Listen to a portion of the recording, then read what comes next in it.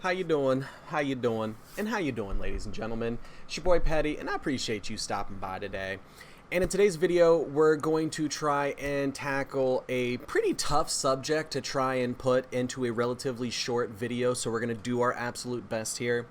We're going to go over how to essentially try and protect yourself from hackers in Genshin, given that Genshin has recently updated their terms of service to kind of just tell everybody, good luck, it's your problem, not ours. Which is insane, because usually when you see a game being hacked and accounts being compromised, what is happening is those accounts are being seized by hackers, and then they're being sold, so that the hackers can try and make a little bit of money off of it.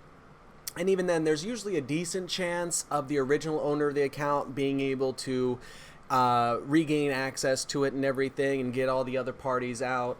Not a great track record of this being a thing with Genshin. And specifically with what the hackers are trying to do with accounts, it's just tar and feather them. They're literally just trying to burn them to the ground. Very few of them are being bought and sold. That's still happening because it's absolutely a market that they try to exploit.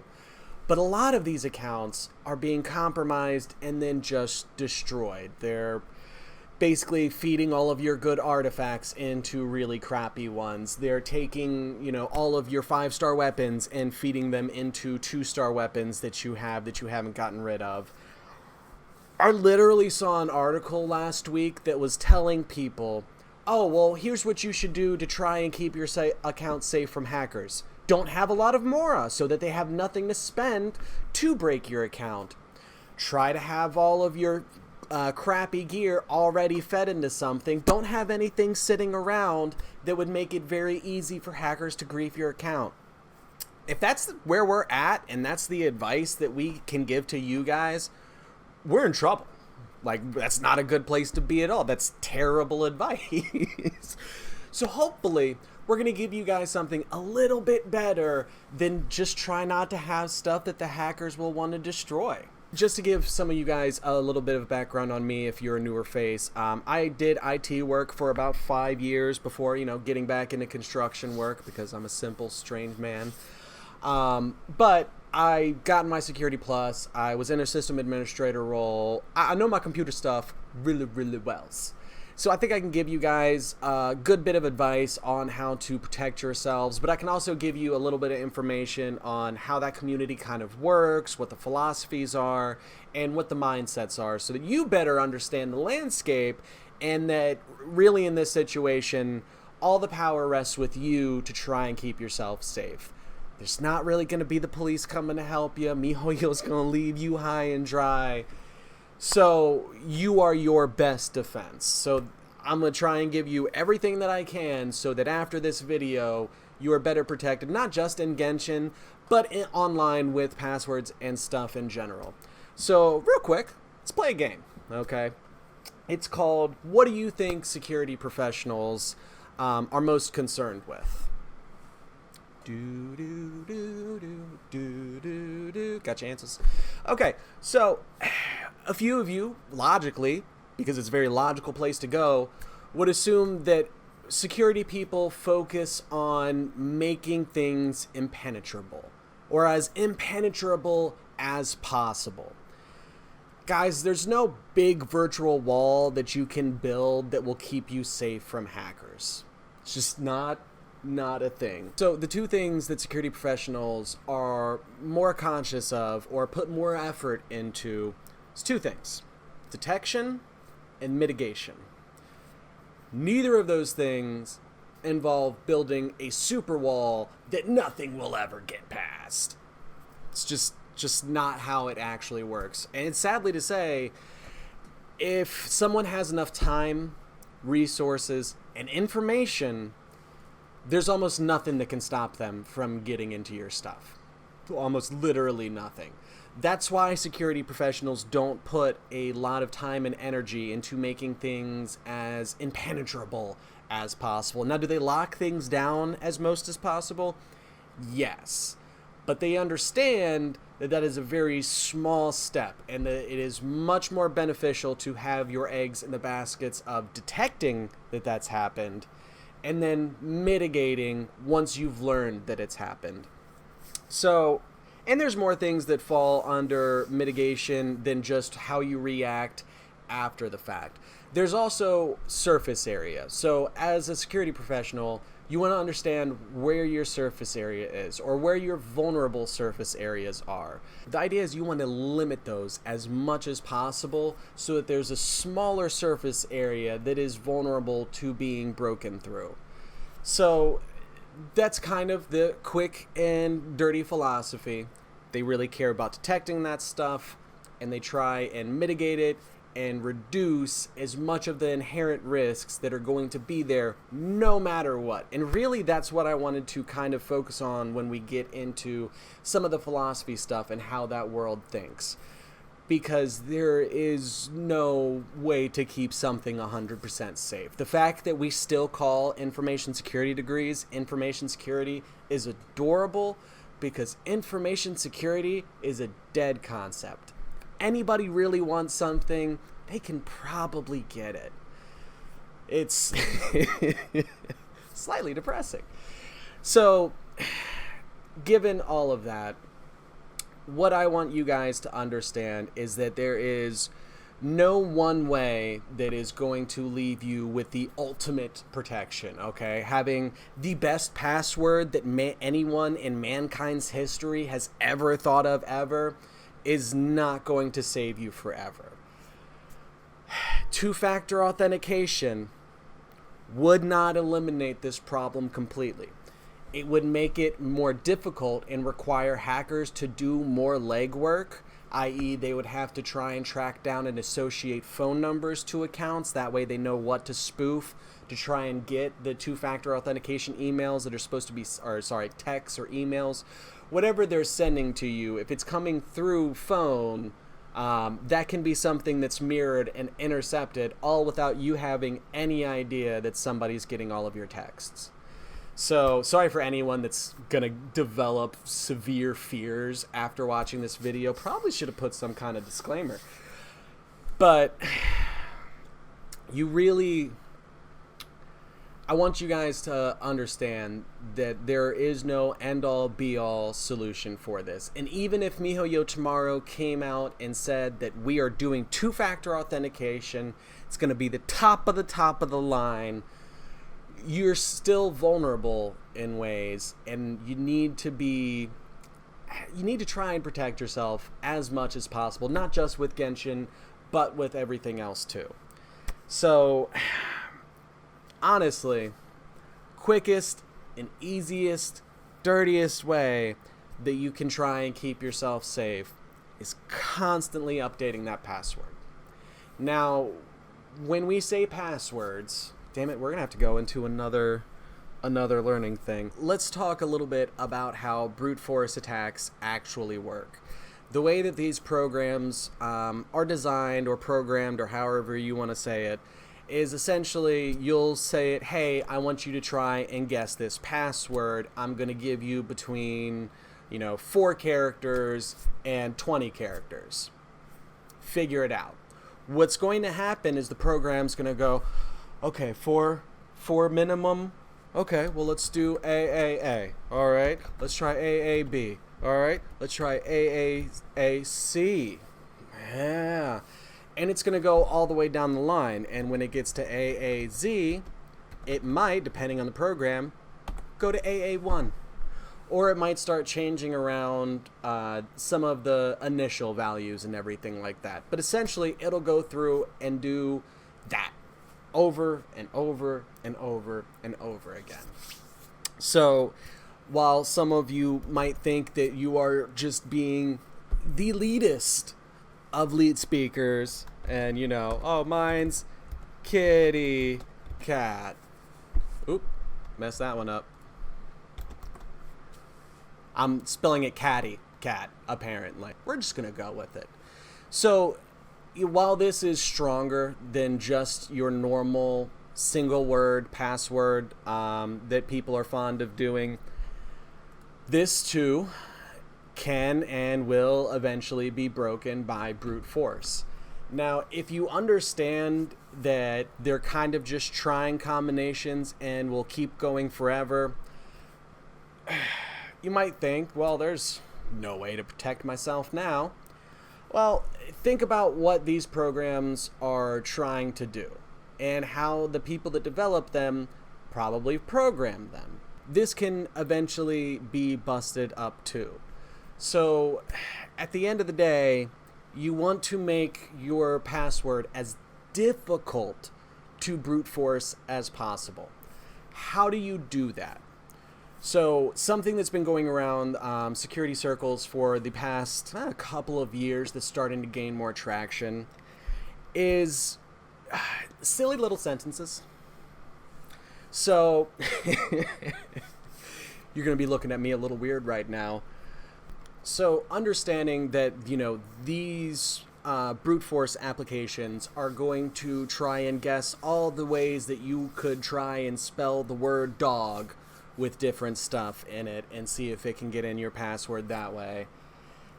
None of these programs really have the coding language in them that gives them a weird amount of flexibility that our brains have. Real quick, let's just make a silly little sentence so you guys can kind of see what I'm talking about. So we'll type it out regularly first, and then we'll see what we can swap out to make it a little bit more difficult to be brute forced. Fleetwood Mac and cheese, please. Bit of a long password. Yeah, that's going to be to your advantage. The length of doing short, silly little phrase passwords means that it's going to be a very long while if the brute force attack starts with a 4-character thing before it's gotten to the point that it's trying to guess our 20-something character password.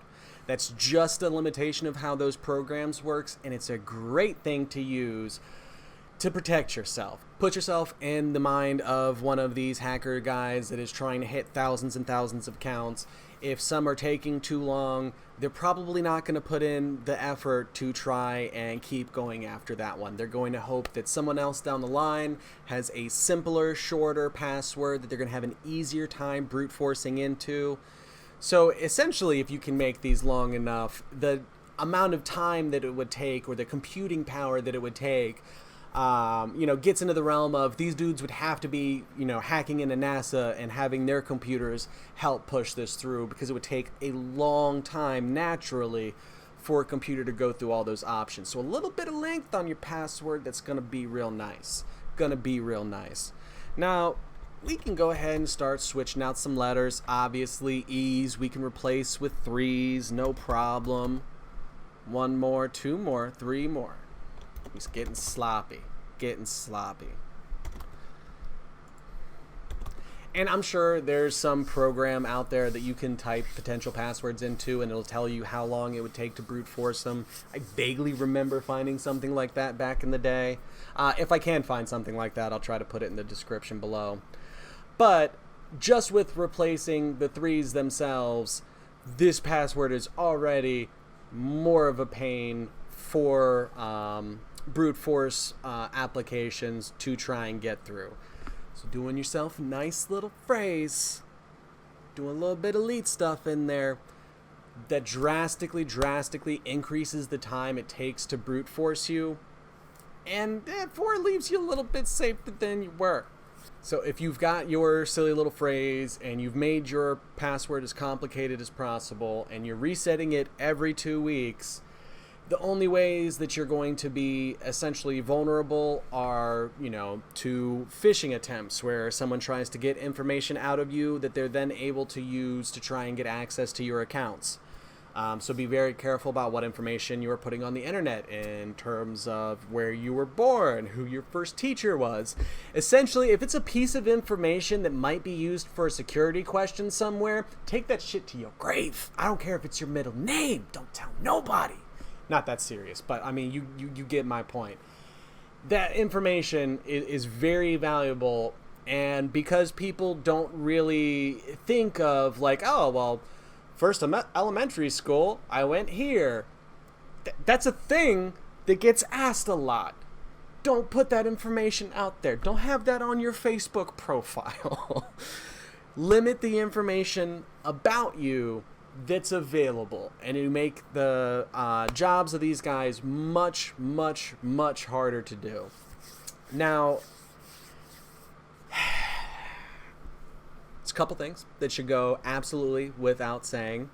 No using buy and trade websites or anything like that. If you use one of those, your account's as good as gone.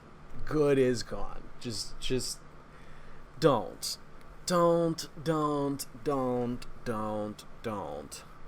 And also, another thing that I think people might not realize is that they can get information on you from doing those trades, whether it be your phone number, your email, anything like that can be used against you for them to gain access to your account.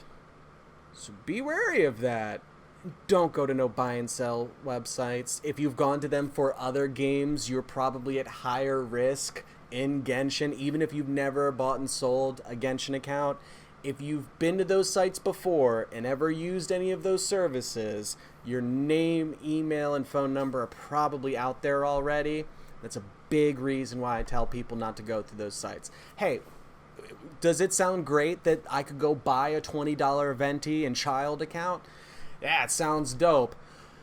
It's going to come with a lot of strings, dog. It's going to come with a lot of strings, and there's a very good chance you're going to be vulnerable after doing business with those people. So just on a, I'm not shilling for MiHoYo and saying like, oh, guys, don't buy and sell accounts of theirs. They want to make money. They don't want you to make money. No, there's legitimate security risk to it, and I want you guys to be aware of that. Now, the other big thing that we haven't touched on at all yet is and again, there's a reason for this. I'll kind of get into it after I explain it. But if you were playing Genshin and you have it linked to your Google account, or you have it linked to your PlayStation account or Facebook, whatever, there are two-factor authentications that you can set up with those accounts that will make logging them into games harder for hackers. It's not two-factor authentication set up on your Genshin account, but if your Genshin account is tied to your Google account, having the two-factor authentication on your Google account could potentially help you. Now, you could still get brute forced, and they could still potentially spoof your phone number and get that message sent to you or sent to them without you having any idea.